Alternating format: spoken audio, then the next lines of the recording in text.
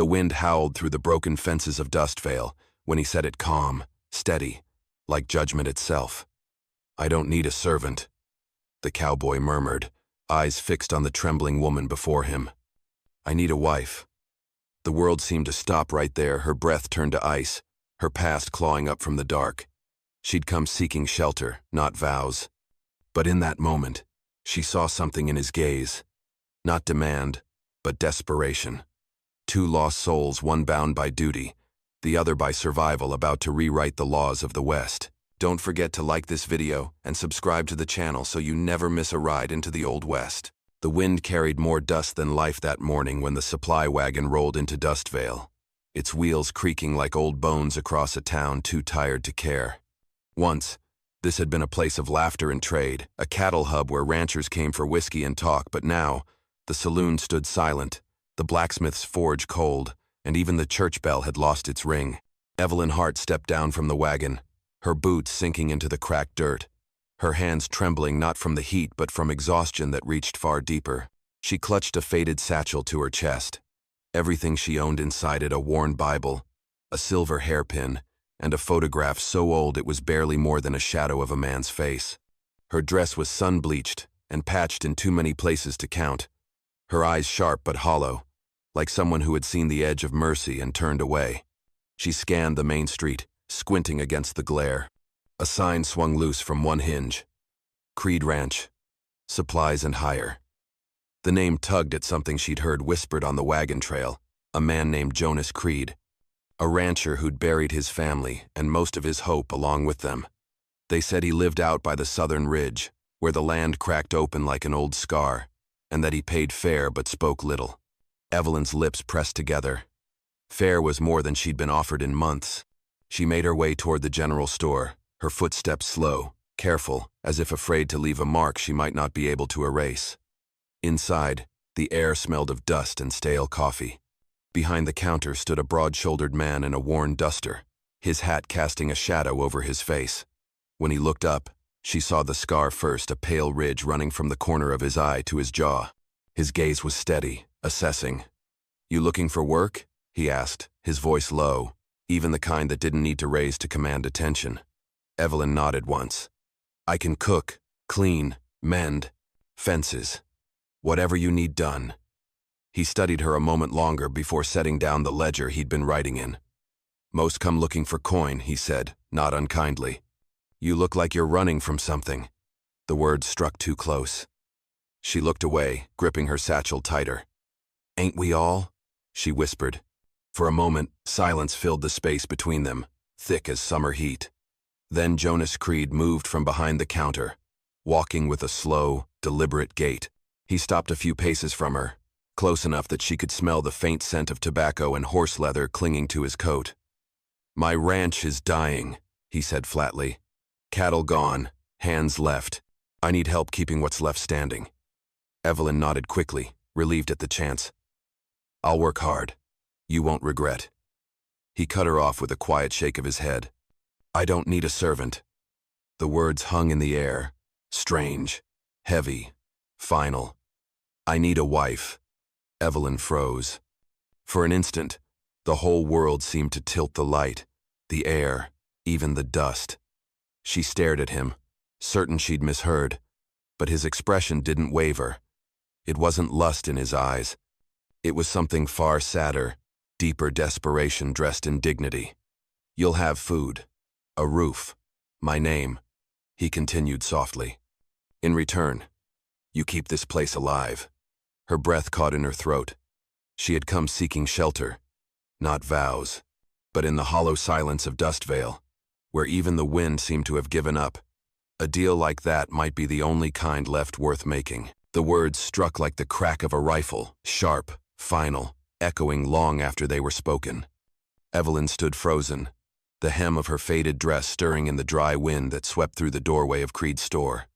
"I don't need a servant," Jonas said again, quieter this time, as if testing the shape of his own truth. "I need a wife." His tone wasn't a man's demand. It was a sentence carried out by someone already resigned to the gallows of his own fate. Evelyn's mouth went dry, her fingers tightening around her satchel until her knuckles whitened. 1,000 thoughts clawed through her mind, each one ending the same: run. But his stillness held her there. He didn't step closer, didn't reach out, didn't so much as blink. He simply watched her, the weight of the empty town pressing between them like judgment. Outside, a shutter banged loose in the wind. "You don't even know me," she managed to whisper, her voice shaking. Jonas's jaw tightened. "I know enough," he said. "You came off that wagon with no husband, no kin, and eyes that look like they've seen the same kind of hell I have." He turned slightly, the light from the window cutting across his scar. "You want a place to hide. I want someone to stand beside me when the law comes poking around." Evelyn frowned, uncertain if he was mocking her or confessing. "The law?" she asked, her voice small. He nodded once. "The county's taking claims again. Man without a family can't hold title past the next season. They say it keeps the land honest. But it's just a way for rich hands out east to steal what's left." His eyes drifted toward the plains beyond the door. "I won't let 'em." He looked back at her, and something almost human, something weary and broken flashed in his gaze. A rancher with a wife, a home, maybe a child one day. That's stability, they say. Respectability. Evelyn's heart pounded against her ribs. "And you think marrying a stranger will give you that?" He shrugged slightly, the ghost of a smile flickering across his lips. "I think it'll give me a chance to keep what's mine. Maybe that's enough." The silence that followed was unbearable. She could hear her own pulse, the creak of the wooden floor beneath her boots, the faint whistle of the wind crawling through the broken glass of the window pane. Everything about this man screamed danger, not the kind that raised fists, but the kind that offered quiet ruin. And yet, beneath it all, she sensed something familiar. Desperation. Not hunger for power or possession, but for belonging. It was the same ache that had driven her west. Jonas finally broke the silence. "I can pay your keep. You'll have food, a roof, a name that carries weight here. In return, you wear the ring, live in my house, and play the part when the officials come around." He paused, his voice lowering. "You'd be free to go when the season ends. I ain't asking for love." Evelyn's breath caught. The air felt colder now, though the sun still blazed through the cracks in the shutters. She wanted to tell him no, to walk out that door and never look back. But where would she go? Every mile east was danger. Every mile west, emptiness. And in his voice, steady, cracked, but honest, she heard something she hadn't known in years. The promise of safety, however fragile. Still, she couldn't trust it. "You're mad," she whispered half to herself. Jonas tilted his head, the shadow of a smirk ghosting his lips. "Maybe. But madness keeps a man alive out here." He turned toward the door, his boots thudding against the wood. "If you're still here by sundown, I'll take it as yes." Then he stepped into the light, leaving her standing in the doorway, heart hammering, the taste of dust and decision heavy on her tongue. The barn smelled of hay and loneliness, the kind that seeps into your bones and makes sleep feel like surrender. Evelyn lay on a pile of rough straw, her hands folded beneath her cheek, watching thin beams of moonlight spill through the cracks in the roof. Every creak of wood, every distant cry of a coyote, sounded like a warning. The words he'd spoken still echoed in her head. "I don't need a servant. I need a wife." She'd repeated them silently until they lost meaning, until they became just sounds carried by the wind. But no matter how hard she tried to empty them out, they clung to her, heavy as guilt. Outside, Dustvale slept or pretended to. The town had the quiet of a place that had run out of stories, and she wasn't sure if she wanted to add hers to the graveyard of whispers buried here. She closed her eyes and drifted into the half-sleep of the hunted, where the past found her easily. In the flicker of memory, she saw her husband, Daniel Graves, standing in the doorway of their small farmhouse back east. He had the look of a man whose anger had long since become habit. "You made a promise, Evie," he'd said the night before the fever took him. "A wife don't walk away from her vows." She'd wanted to scream that vows meant nothing when they were built on pain, but the words never came.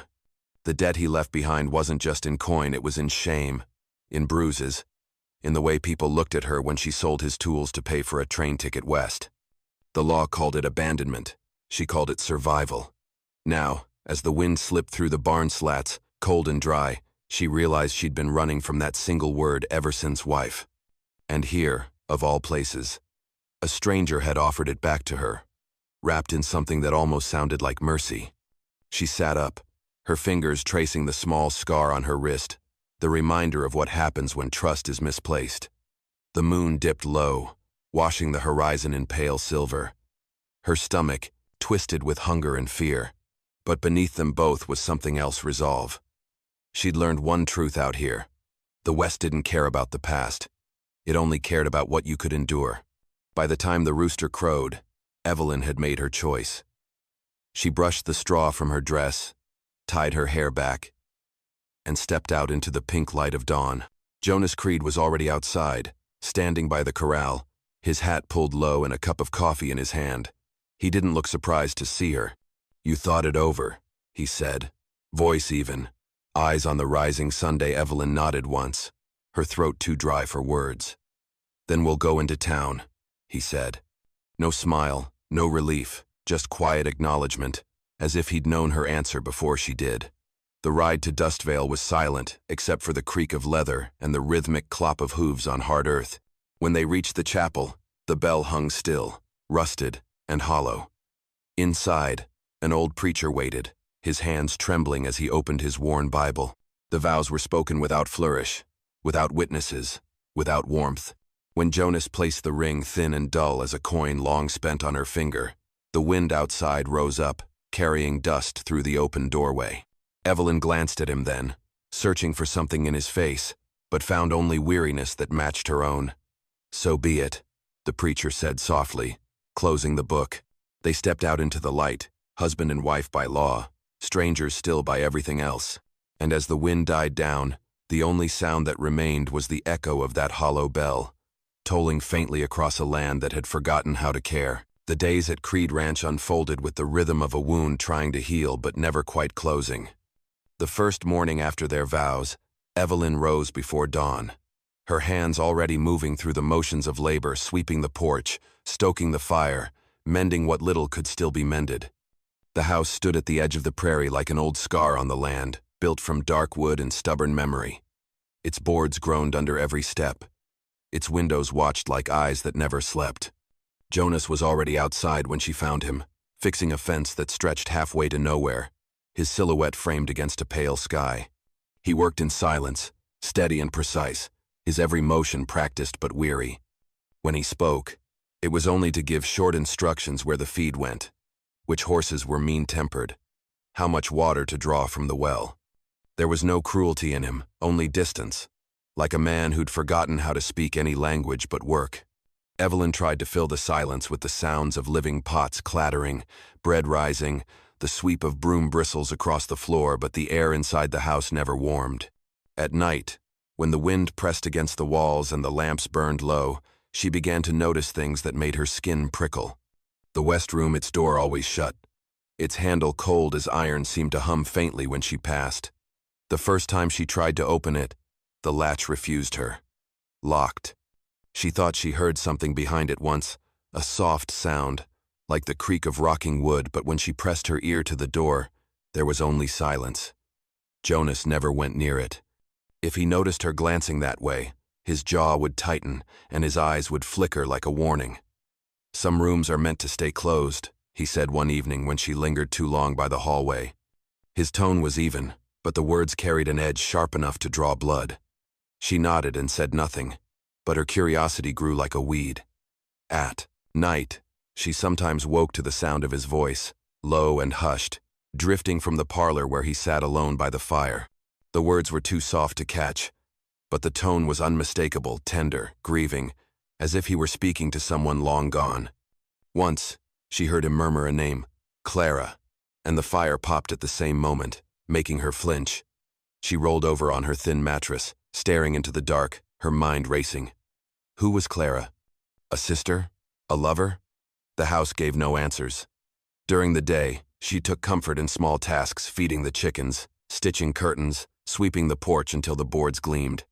The land beyond the ranch stretched in endless shades of brown and gold, the soil cracked and dry, refusing to yield.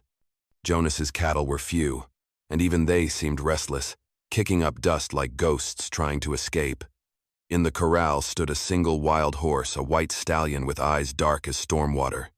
Jonas spent hours trying to break it, but the animal fought him with every ounce of its spirit, bucking and kicking until blood flecked the sand. Evelyn would watch from the porch, her heart pounding with a strange mix of fear and pity. The horse reminded her of herself, cornered, bound, yet unwilling to surrender completely. When Jonas finally gave up one evening, tossing the reins to the ground, she heard him whisper under his breath, "Some things ain't meant to be tamed." That night, the wind howled across the plains, rattling the shutters and moaning through the cracks. Evelyn lay awake listening to the ranch breathe every creak, every sigh, and wondered whether the ghost haunting Creed Ranch belonged to the dead or to the living who couldn't let go. The storm came without warning, born from the horizon like a living thing, rolling low and thick across the plains, a wall of ochre swallowing the sky. Evelyn was hanging laundry when she first saw it, the white sheets snapping like gunfire in the rising wind. "Jonas!" she shouted, her voice nearly lost in the gust. He emerged from the corral, squinting into the swirling haze, his hat yanked low. The horses were already restless, stamping and snorting, the scent of panic sharp in the air. "Get inside," he barked, but Evelyn was already running toward the field, clutching the hem of her skirt. Half their crop still stood out there, wheat barely tall enough to promise a season's worth of hope. If the storm took it, they'd have nothing left to barter, nothing to keep the ranch alive. She grabbed at the burlap sacks, her fingers raw against the coarse fabric, tying down what she could as the first wave hit. Sand bit at her skin, stinging her eyes until tears mixed with dust. Jonas was beside her then, shouting words she couldn't hear, his broad shoulders bent against the wind. They worked in tandem, blind and breathless, the world around them reduced to colorless chaos. When a fence post snapped loose, the wire lashed through the air like a whip, striking Jonas across the arm. He stumbled, blood blooming dark through his sleeve. Evelyn didn't hesitate. She threw herself against him, pulling him down just as a gust ripped through, carrying shards of wood past where his head had been. The storm howled louder, like the earth itself was screaming. For hours or maybe just minutes they fought it together, dragging the sacks toward the barn, covering the feed, shielding the animals with their bodies. When the worst finally passed, silence fell heavy as stone. The air was thick with dust, the sky dim and bruised. Evelyn coughed hard, her throat raw, and looked over at Jonas. He was sitting against the fence, blood streaking his arm, his face streaked with grit. "You should have gone inside," he said hoarsely. She shook her head, too exhausted to answer. They stared at what was left, the fields half buried, fences splintered, the ranch wounded but still standing. As the first stars began to pierce through the dusty twilight, they limped back to the house. Inside, she lit the lantern, its glow flickering across the walls like the ghost of something once warm. Jonas sat at the table, silent, watching the flame tremble. "2 winters back," he said finally, voice low, almost lost beneath the wind outside. Evelyn froze. It was the first time he'd spoken of the past. "Fever came through. Took Clara first. Then Mary. Doctor wrote all night, but it didn't matter." His gaze drifted toward the west hallway, and Evelyn felt her stomach twist. "That room," he continued, his words unraveling slowly. "I kept it closed after. Can't bear the air in there. Smells like her hair still." His voice broke just slightly, barely enough to notice. He turned his head then, meeting her eyes for the first time that night. "You must think me a fool, marrying a ghost." Evelyn shook her head. "No," she whispered, though her throat burned. The lantern hissed softly, its light trembling between them. In it, she saw the reflection of her own pain, the graves she'd left behind, the promises she'd broken, the woman she'd buried to become who she was now. Neither spoke again, but the silence felt different, less like distance, more like truce. Outside, the wind carried the last of the storm away, leaving the ranch battered but alive, 2 souls still breathing inside its haunted walls. The days after the storm bled together in a haze of exhaustion and silence, the ranch breathing like a wounded animal beneath the scorching Sunday. Evelyn worked from dawn to dusk, patching fences, scrubbing floors, tending to what little crop the dust hadn't claimed, her body moving on instinct while her mind wandered somewhere between guilt and fragile calm. Jonas spoke little, but his presence had shifted less like a shadow, more like something alive again. There were moments, rare and fleeting, when their eyes met across the dinner table or over the corral gate. And for a heartbeat, it felt as though the ghosts had loosened their grip. But peace, she knew, was a fool's dream out here. It never lasted long. The sound came first, the steady rhythm of hooves against hard earth, growing louder, closer, until it cut through the quiet afternoon like a warning bell. Evelyn froze where she stood by the well, the rope in her hands slackening.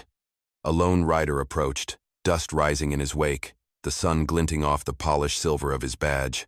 Her heart lurched. She would have known that silhouette anywhere. Sheriff Daltrey. His posture too upright, his clothes too clean, his boots polished like a man who didn't belong in the dirt he stood on. Jonas came out from the barn, wiping his hands on a rag, his expression unreadable.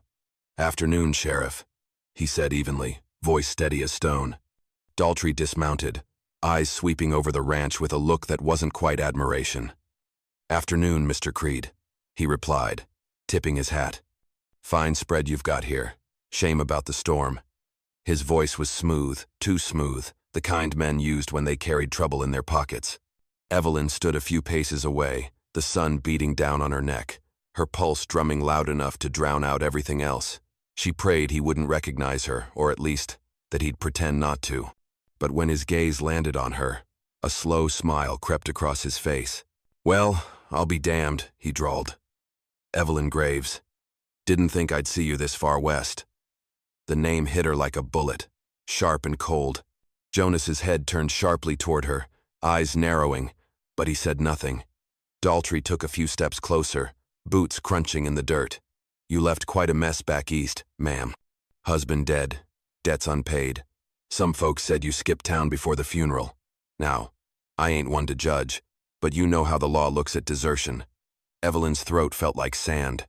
"My husband was dead before I left," she said quietly, the words trembling but firm. "I didn't kill him," Daltrey chuckled. "Didn't say you did. But you left, and that makes you guilty of something, don't it?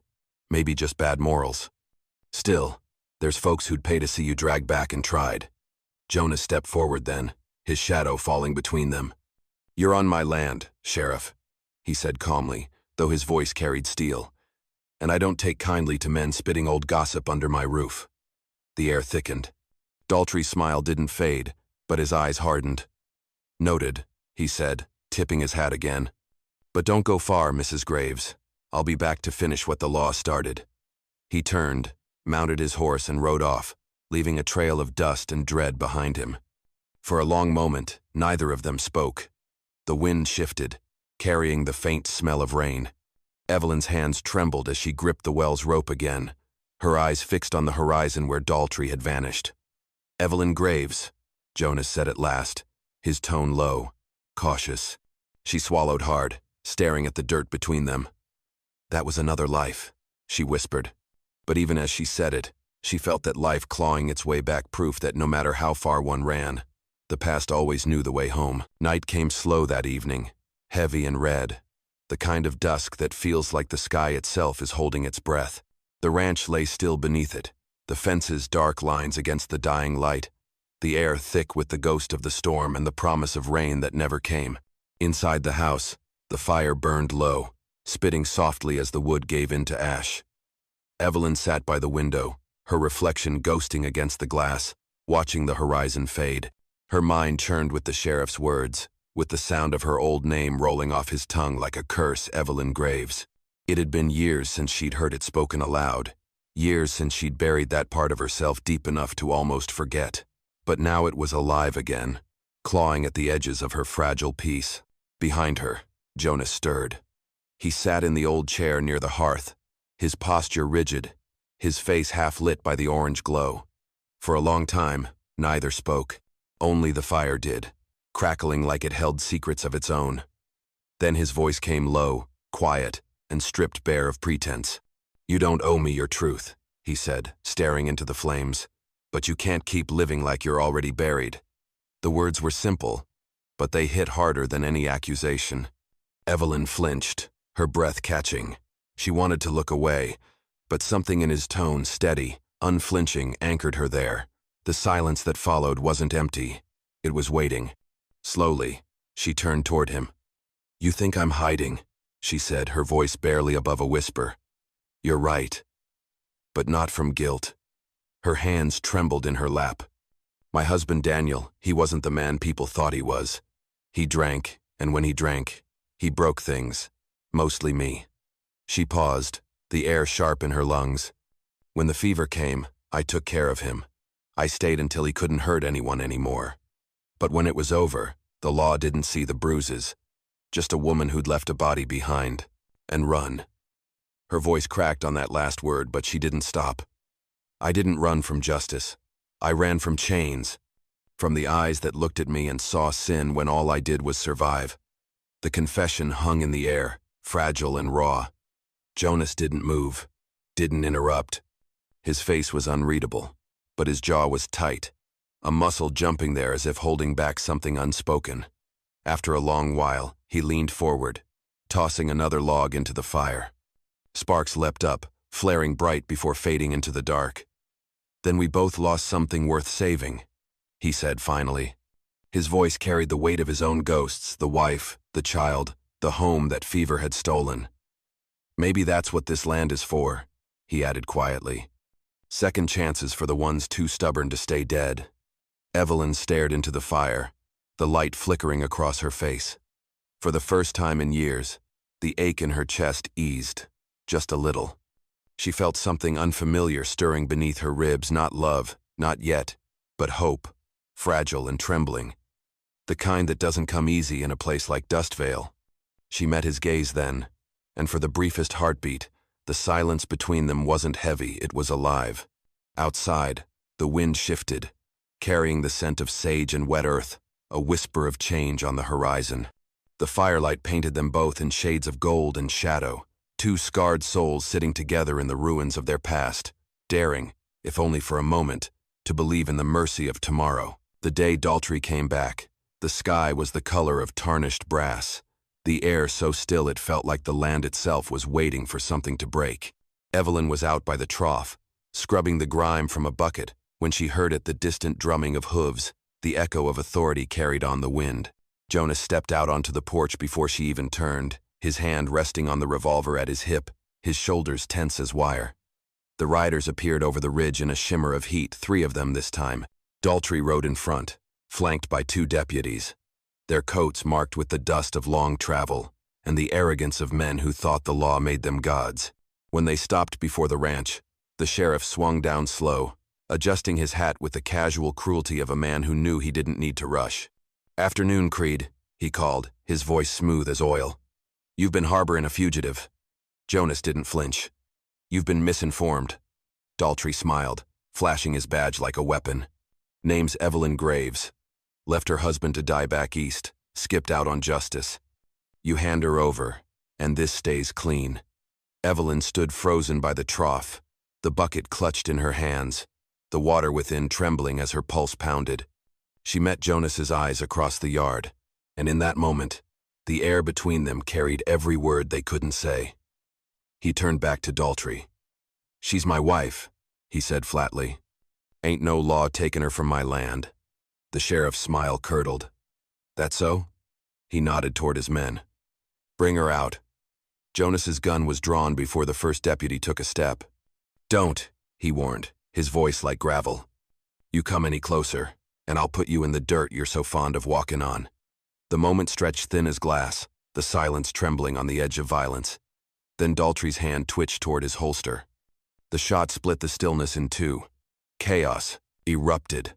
Horses screamed, dust exploded into the air, and the world dissolved into flashes. Evelyn diving for cover, the roar of revolvers, the smell of gunpowder thick and hot. Jonas moved like a man who'd fought death before, firing with precision born of loss. Each shot deliberate, measured, personal. A bullet grazed his arm, another tore through his coat. But he didn't stop. One of the deputies fell first, hitting the dirt with a sound that vanished beneath the storm of noise. The other turned his gun on Evelyn, and Jonas pivoted, firing before the man's finger even tightened on the trigger. The deputy dropped where he stood. Then there was only Daltrey, crouched behind his horse, firing wild, his face twisted with rage and disbelief. He shouted something, maybe a curse, Maybe her name, but the wind swallowed it whole. Jonas stepped forward into the open, bleeding, breath ragged.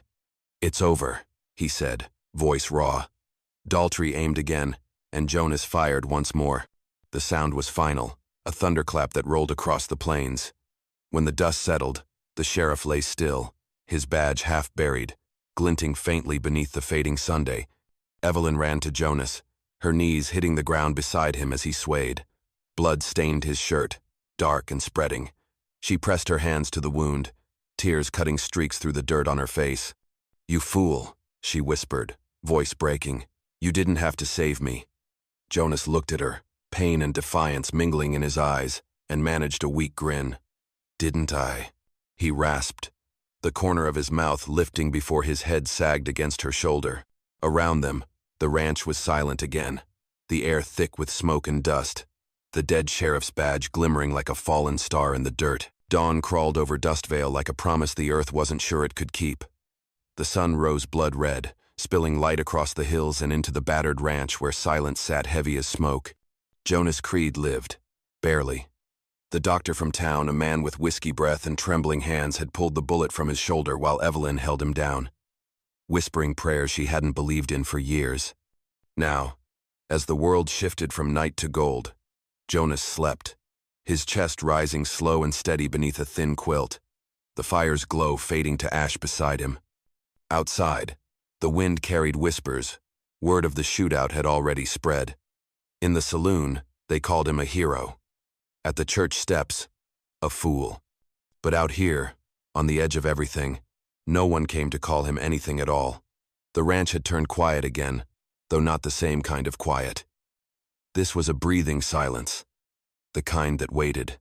Evelyn moved through the house on bare feet, her dress torn at the hem, her hands raw from the night before.